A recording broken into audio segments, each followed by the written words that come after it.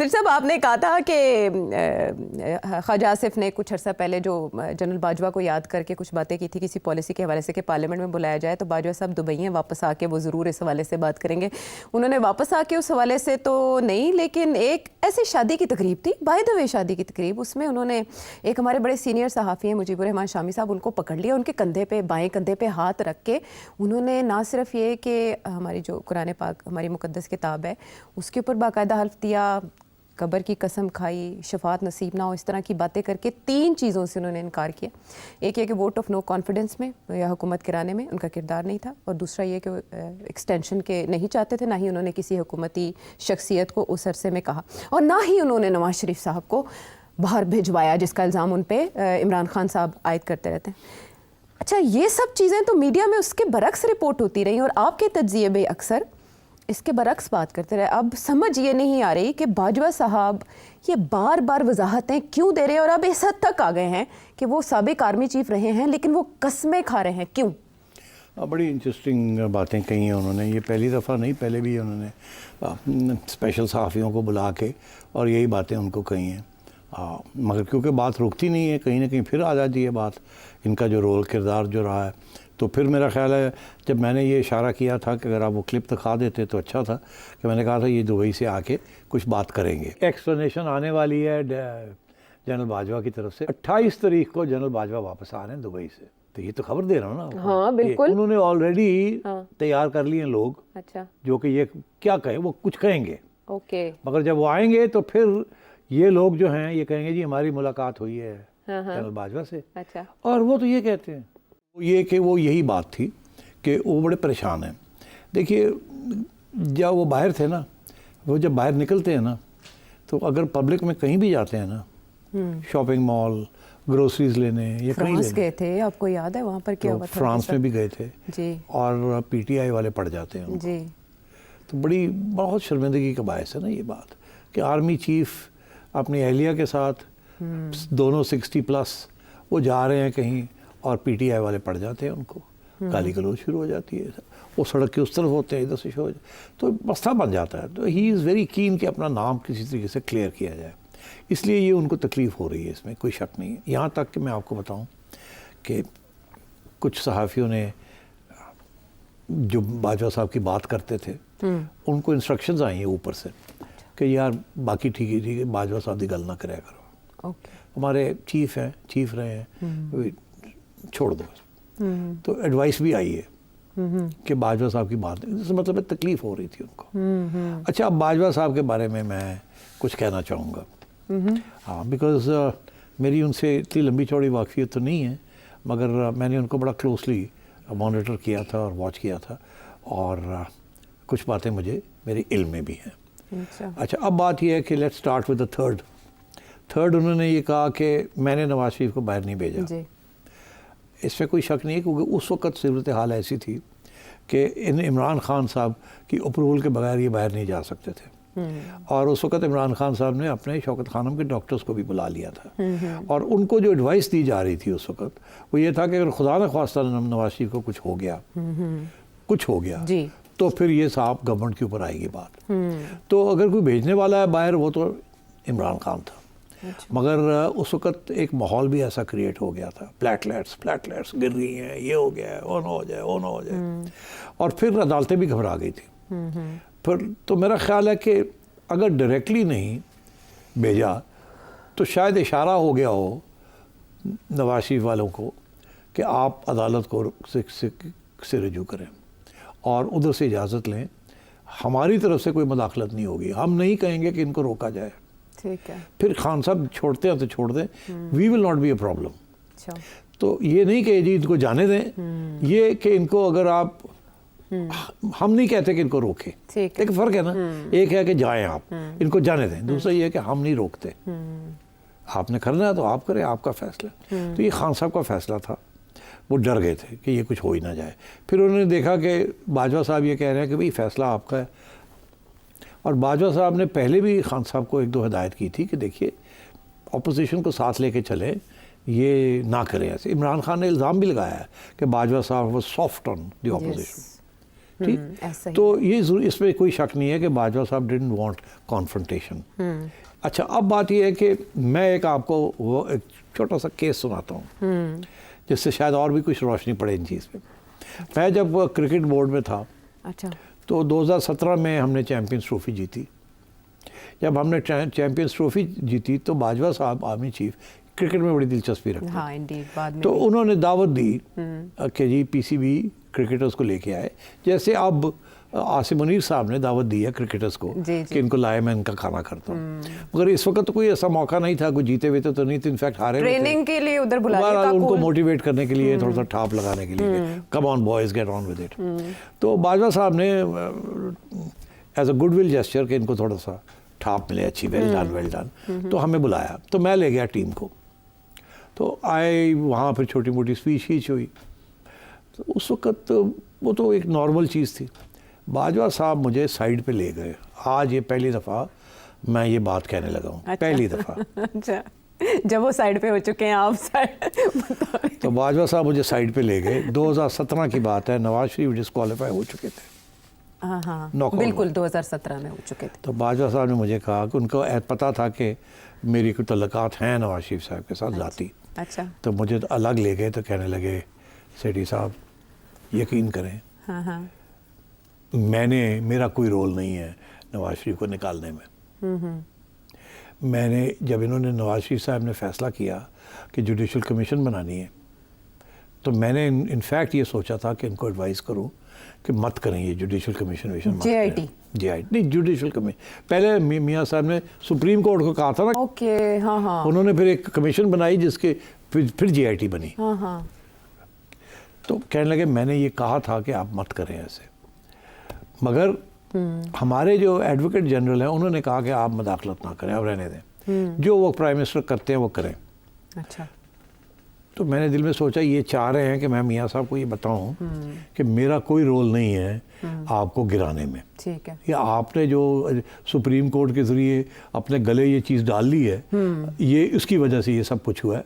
मैंने नहीं कहा था किसी को भी कि ये आप करें, इनफैक्ट मैं तो इसके ख़िलाफ़ था। ठीक है, फिर मुझे ये भी कहने लगे कि देखिए मुझे तो नवाज शरीफ साहब पसंद है। अच्छा, अब दिल में मैंने सोचा जाहिर है पसंद होंगे, तो बनाया तो चुक के तो बनाता तो पसंद होंगे। तो बहरहाल उस वक़्त इन्होंने ये इस किस्म के उनके ख्यालात थे। He was not anti Nawaz.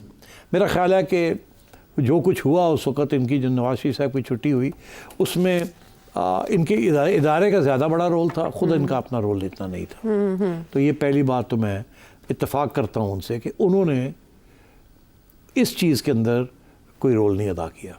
अच्छा, दूसरी बात ये अभी मैंने ऑलरेडी किया आपको कि जी बाहर भेजने वाली जो इशू है वो भी हो गया। वो भी हो गया। हाँ। अब आइए एक्सटेंशन की बात। एक्सटेंशन में ये सिचुएशन ये है कि जब इमरान खान ने ये फैसला किया कि मैंने बाजवा साहब को एक्सटेंशन देनी है, तो अपोजिशन जो थी नवाज शरीफ साहब की, वो सर चकरा गया उनका। उन्होंने कहा लो जी बाजवा साहब 3 साल रह गए तो उसके बाद फैज़ आ जाना है, तो फैज़ आ जाना है तो इमरान खान 20 साल 10 साल तक किधरे नहीं ਜਿਹੜਾ plan गए, और ਬਣਿਆ साड़ी तो मार के इन्होंने सानों से हाँ, बुरकस कर देना। पूरा कर देना। ऑलरेडी पिटाई शुरू हो चुकी थी। हाँ, दीवार में चुन दिया गया अच्छा, था। तो अब इन्होंने कहा कि नहीं इसको तो रोकना है जैसे भी है।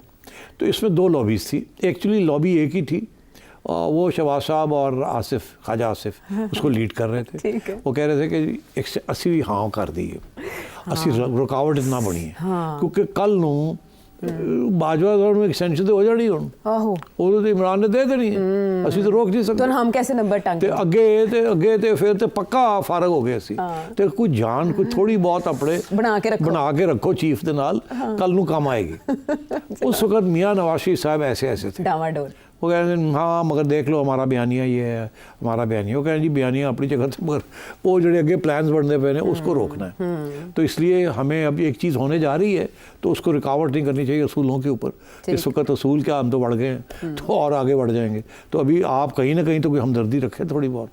तो इन्होंने फिर ओके कर दी। अच्छा, अब क्या बाजवा साहब ने एक्सटेंशन मांगी थी या इमरान खान ने खुद दे दी? हाँ। अच्छा, बाजवा साहब ये कहना मैंने तो नहीं मांगी। हाँ, यही कह रहे हैं वो। मगर इमरान खान के भी बड़े लोग थे वहाँ। अब नाम मैं क्या लूँगा, सबको पता है वहाँ भी प्रो बाजवा और प्रो इस्टेब्लिशमेंट लंबी चौड़ी लाइन लगी हुई है वहाँ पीटीआई में उस वक्त थी। फवाद चौधरी लेके और असद लेके और सारे ये सारे कह रहे थे एक्सटेंशन दो ताकि ऐसी पक्के हो जाइए।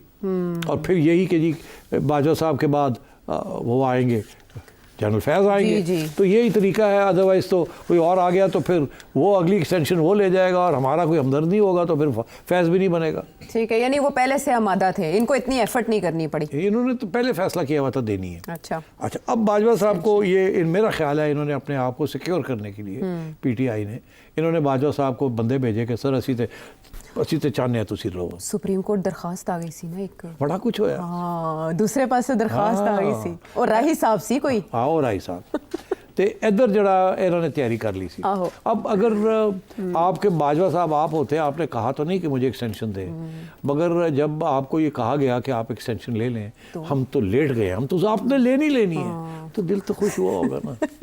लोग ये कहते हैं कि जब ये कॉम्प्लिकेशंस आ गई कानून के अंदर, याद है आपको? बिल्कुल। तो उस वक्त फिर बाजवा साहब खुद पहुंच गए थे पीएम। जी, वो ये भी नोटेड है कि वहाँ बैठ के उन्होंने खुद नोटिफिकेशन ड्राफ्ट करवाया और नोटिफिकेशन करवाई। आपको याद होगा ये इशू 6 महीने पहले शुरू हो गया था। यस, वो सुना था कि पहले ही वो समरी एक्सटेंशन की एक ऐसी खत निकला जी प्राइम मिनिस्टर के सिग्नेचर के साथ जिसमें एक्सटेंशन की जिक्र हो गया। हाँ, कि हम एक्सटेंशन अगस्त के करीब की बात है ये। हालांकि उसने अगस्त से भी पहले। अच्छा। हाँ, हालांकि उस वक्त कोई टाइम नहीं था, अभी तो नवंबर में जाके होनी थी। तो उस वक्त मैंने ये कहा और लोगों ने कहा कि लो जी एक्सटेंशन हो गई जी। मैंने कहा कि ये तो ऐसे एक्सटेंशन होती नहीं है। हाँ। वो पूरी फाइल मूव करती है। I was the first one. मुझे याद है because I was monitoring this. तो मैंने कहा यार इसका ये मतलब है ये बाजवा साहब को सिक्योर करने के लिए कि हम कल को जाके मुकर नहीं जाएंगे, उनको तकड़ा कर रहे हैं कि असी तोड़े नाल हां, और इसलिए ये अश्योरेंस एक किस्म की दे दी है। इसीलिए वो पब्लिक डॉक्यूमेंट कभी नहीं बना, वो लीक हो गया मगर it was never made a public document. कभी नहीं वो पब्लिक डॉक्यूमेंट बना। वो एक किस्म का गारंटी थी फ्रॉम द प्राइम मिनिस्टर कि हम आप ही को करेंगे। ठीक है। तो अब बाजवा साहब को खुशी तो बड़ी हुई कि एक्सटेंशन होगी, तो दोबारा दूसरी एक्सटेंशन के लिए उन्होंने कोशिश नहीं की। अब जो मेरा जो मौक़िफ़ है ना वो ये है कि यहाँ तक तो ये बात है कि वो खुद उन्होंने नहीं मांगी, मगर समझे कि सूरत हाल ऐसी बन चुकी थी कि सारे लम्बे पैके सारे खुद आके कह रहे हैं तो फिर ठीक है तुसी कहंदे होते हैं बिल्ला ही लेना इंटरनेशनल इंटरेस्ट अल्लाह अल्लाह खैर सल्ला कोई। हाँ, वैसे भी इमरान खान साहब ने कहा था मुल्की हालात की वजह से ज़रूरी हैं। मगर जो थर्ड टाइम जो जिसकी मैं बात करता हूँ हमेशा कि जब ये फैसला हुआ कि जी अब आखिरी स्टेज पे कि किसको आर्मी चीफ बनाना है, जबकि पहला ये मौक़िफ़ ये था कि आपको याद होगा कि 6 माह इमरान खान ने ये बात कही थी। अभी वो गवर्नमेंट में ही था, मेरा ख्याल गवर्नमेंट में था नहीं, ही वाज इन बाहर आ चुका था और पीडीएम की गवर्नमेंट थी। और इमरान खान ने एक प्रपोजल दी कि अगर 6 माह की एक्सटेंशन बाजवा साहब को हो जाती है तो मुझे एतराज़ नहीं होगा। हाँ। वो क्यों कह रहा था? वो इसलिए कह रहा था, उसका ख्याल था कि इलेक्शन हो जाएंगे, मैं जीत जाऊंगा, उसके बाद मैं फैसला करूंगा अगला आर्मी चीफ कौन आएगा। अगर अभी पीडीएम की गवर्नमेंट आ गई और ये बैठ गई तो फिर ये अपना आर्मी चीफ और वो आसिम मुनीर को लगाएंगे। इसलिए बाजवा साहब को 6 माह की एक्सटेंशन मिल जाए तो कोई हर्ज नहीं है। मेरी असेसमेंट ये है कि बाजवा साहब वाज हैप्पी विद दैट कि 6 महीने हो जाए तो की हर्ज है, आई विल डू दिस। मगर उस वक्त कुछ और भी फैक्टर्स थे जो कि पीडीएम वाले थे, वो कहते थे नहीं we need to do this now. और नवाज शरीफ साहब ने भी साफ इनकार कर दिया और नवाज शरीफ साहब ने भी कहा था नो।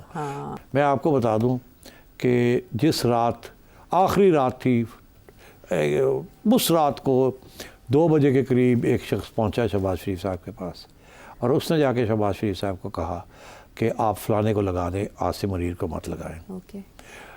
तो शहबाज शरीफ साहब की कांप पे टांग रही थी, वो बेचारे डरे हुए थे कि अब मैं क्या करूँगा। तो उस वक़्त उन्होंने कहा कि नहीं, मैं वो तो बड़े मियाँ साहब ने फैसला कर लिया है, अब ये तो होगा, हम we will appoint Asim Munir.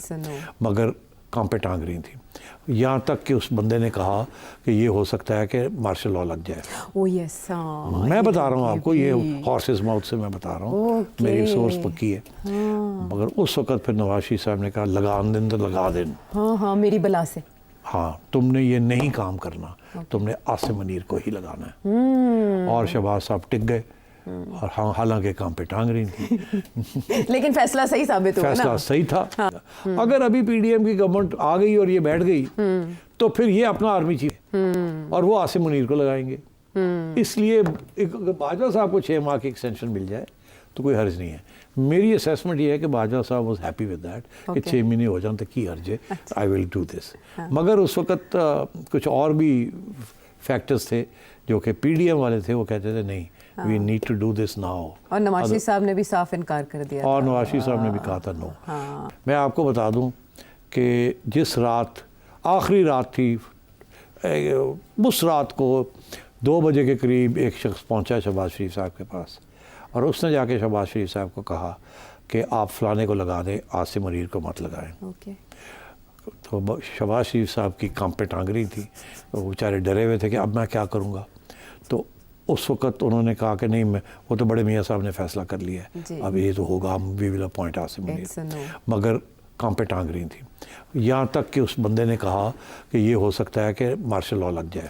Oh yes, मैं बता रहा हूँ आपको, ये हॉर्सेस माउथ से मैं बता रहा हूँ, मेरी सोर्स पक्की है। मगर उस वक्त फिर नवाज शरीफ साहब ने कहा लगा दें तो लगा दें। हाँ हाँ, मेरी बला से।